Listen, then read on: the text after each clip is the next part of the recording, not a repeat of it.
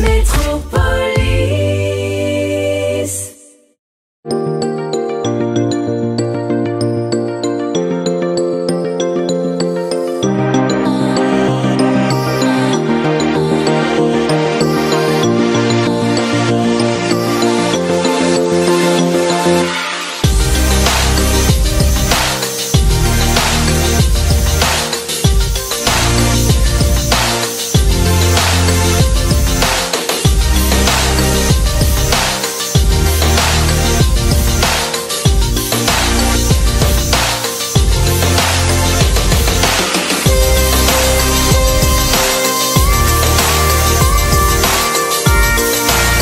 Alors je suis avec Sébastien qui est chanteur à Lille. Bonjour Sébastien.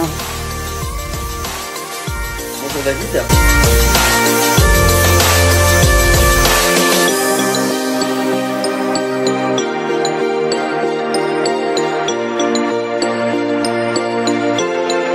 Je suis avec Sébastien qui est chanteur à Lille. Bonjour Sébastien. Bonjour David. Tu es dans la chanson, dans la musique depuis quand? Je pense comme beaucoup, on m'a fait chanter autour de la table pour un repas familial.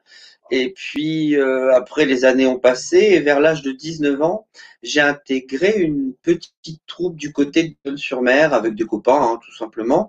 Et on faisait des reprises. Et puis il y a de ça 4-5 ans, je suis rentré sur l'île et j'avais envie d'avoir une activité artistique et puis bêtement, je vais faire du théâtre d'improvisation à l'île Sud. Et de par ce théâtre, je rencontre Frédéric Lorréal, qui est maintenant mon compositeur quasiment attitré, parce qu'on a fait quasiment tous les titres ensemble à part un. Et puis, en dehors de ça, c'est une très belle amitié.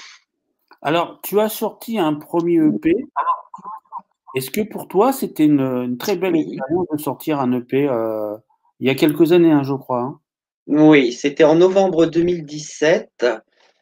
Alors, au début, lorsqu'on a commencé à travailler ensemble avec Fred, je ne pensais pas du tout sortir un disque. C'était juste au départ pour se faire plaisir. Puis finalement, on se rend compte que ça plaît, donc on a envie d'aller plus loin dans la démarche. Et là, on commence à compter les sous, hein, parce que faire un disque, quand c'est pas la maison de production qui paye, il faut faire attention à ce qu'on fait. Donc, on a sorti un EP, je l'ai fait au Magic Studio chez Vincent du côté de Lens. Donc, il y a eu 5 titres, il a fallu choisir les titres, hein, parce qu'il y en avait plus que ça. Donc, j'en ai choisi moi-même et puis j'en ai choisi aux gens qui me suivaient sur la toile pour savoir ce que les gens voulaient avoir sur le disque. Donc oui, pour moi, c'était une belle expérience. Je me suis rendu compte que si on sortait pas un disque, curieusement d'ailleurs, dans cette époque où le disque est en perte de vitesse, si on sort pas un disque, on manque de crédibilité. Donc, t'ouvre certaines portes. Donc, ouais, j'étais content de le faire. C'était un aboutissement à ce moment-là. Alors, après ça, il y a eu d'autres choses, puisque là, tu es sur un clip qui s'appelle Extraordinaire. Tu peux nous en dire un peu plus? Alors, sur ce dernier clip, on avait commencé la chanson avant le confinement. J'ai un univers qui est assez sombre en général. Donc, on avait exploité dans le premier EP et le deuxième tout cet univers-là. Je voulais avoir quelque chose d'un petit peu plus positif parce que je pense que je ne serai jamais complètement positif dans mes chansons parce que pour moi, l'écriture, c'est un exutoire. Et puis, j'ai du mal à écrire sur ce qui va bien. Rassurez-vous, hein, tout va bien dans ma vie, mais comme tout le monde, hein, on a ces petits démons, ces petits soucis. Et c'est plus ça qu'on va retrouver dans ma musique. Mais là, j'avais envie, plutôt que de parler de moi ou des gens très proches, d'aller au-delà. Et je voulais défendre le droit à la différence, le droit d'être différent de ce qu'on m'impose. D'ailleurs, les normes, j'ai un peu de mal avec ça. Et du coup, c'était pour moi important de sortir ce titre, parce que j'ai découvert sur l'île un centre LGBT, et j'ai découvert plein de personnes différentes avec des caractéristiques différentes, et je voulais mettre ça en avant, comme quoi, voilà, comme une envie de dire à tout le monde, arrêtez ce regard accusateur ou ce regard qui juge. Si eux sont heureux comme ça, eh bien, voilà, il faut les laisser vivre comme ils sont. Et tout ça m'avait paru, cet univers-là était apparu comme extraordinaire. Donc le titre, il est venu tout de suite. Et du coup, c'est ma manière à moi de faire mon petit film avec les moyens qui sont les miens. Bien sûr que si je suivais mes idées, financièrement, je ne peux pas aller à l'aboutissement de ce que je voudrais. Donc, je fais comme je peux, hein, avec mes petits moyens. Et du coup, j'ai eu envie, c'était assez drôle finalement, ça changeait, de me mettre en scène sous les traits d'un agent secret qui, lui, va espionner le monde et qui va se rendre compte de tout ce que le monde recèle, plutôt que d'avoir ce combat comme on pouvait avoir dans les James Bond, guerre froide, Amérique, Russie. Là, je me suis dit un peu l'espion qui va découvrir le monde, et du coup après on a une image un peu décalée tout ça, parce qu'à la fin, voilà, j'arrive très sérieux au début, et puis à la fin, je pars d'une espèce de soirée un peu débraillée avec un bout de rouge à lèvres sur la joue. J'avais envie d'y mettre une note un petit peu plus amusante, tout en abordant des sujets qui pour moi sont très sérieux. Le déconfinement et le confinement, tu as vécu ça comment personnellement? Alors le confinement, au début, y a, je pense comme tout le monde, hein, il y a là toujours la peur de l'inconnu, et puis on nous racontait quand même des choses qui changeaient régulièrement, donc on savait pas trop ce qu'il en était, parce que si on se souvient bien, à l'apparition du virus, hein, à écouter tout le monde, c'était pas plus grave qu'une grippe. Et puis, oh là là, non, on sera jamais confiné comme en Chine. Résultat des courses, on s'y est tous retrouvés. Donc au début, c'est une autre façon de vivre, hein. Je pense que comme tout le monde, je suis pas fait pour être complètement enfermé. Mais bon, fallait le faire, je l'ai fait.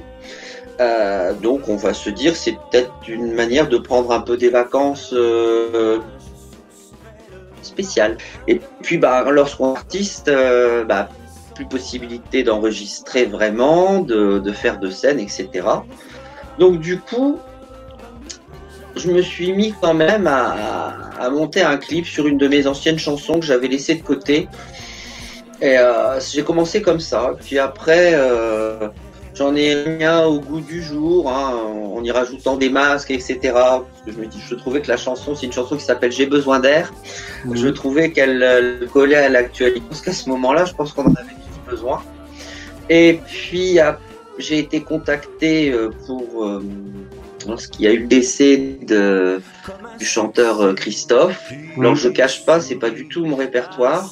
Donc, quand on m'a contacté pour faire une reprise pour rendre hommage, alors il y avait deux problèmes.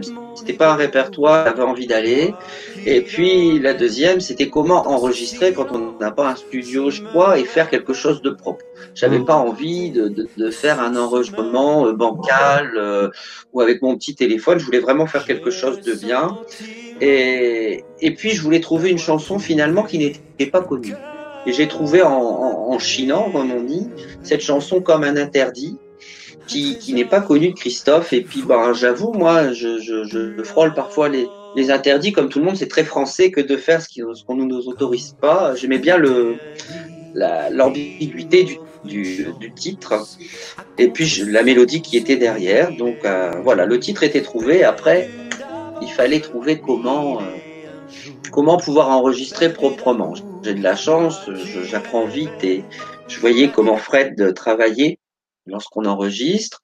J'avais un petit logiciel chez moi, un micro, j'ai fait ce qu'il fallait pour éviter les effets de souffle. Et puis finalement, on a sorti un produit qui était pas mal. On peut te retrouver où? Je pense que tu as une page Facebook, une chaîne YouTube. Alors, j'ai une page Facebook. Alors, c'est très simple, hein, c'est Sébastien Charles-artiste. Il y a également sur YouTube, c'est Sébastien Charles. Alors, je pense que je ne suis pas le seul à me s'appeler Mm. Sébastien Charles, donc faut chercher un petit peu. Et puis ensuite, j'ai un site, hein, c'est sébastiencharles.wixit.com. Donc, il est régulièrement mis à jour. Donc, il y a toutes les informations. Alors, pour l'instant, je peux pas parler de sur scène non plus. Donc, on me retrouvera pas sur scène tout de suite parce que comme tous les amis artistes, eh bien, c'est pas pour demain. Donc, il Mm. va falloir prendre un peu son mal en patience. Je n'ai pas fait ces lives c'est très bien, hein, ce qui a été fait, Mm. mais j'avais pas envie de chanter de cette manière-là. Est-ce que je crois qu'il y a il y a un EP qui sortira prochainement, je crois. En fin d'année, je l'espère. Après, espérons que cette période sombre ne revienne pas, mais j'espère bien pour la fin de l'année sortir soit sous forme de CD, soit sous forme de clé USB, soit un EP, soit carrément un album.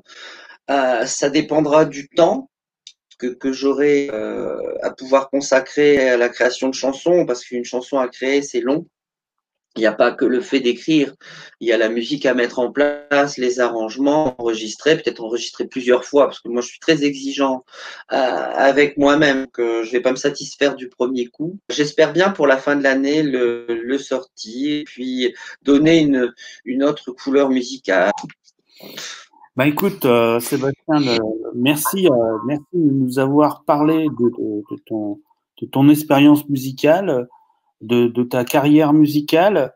Et puis au nom de Métropolis, eh ben, on te dit bon courage pour la suite parce qu'il va en falloir avec justement cette période de confinement, déconfinement. Et puis on espère te retrouver bientôt sur Métropolis. Avec grand plaisir, c'est moi qui vous remercie de m'avoir accordé cette interview.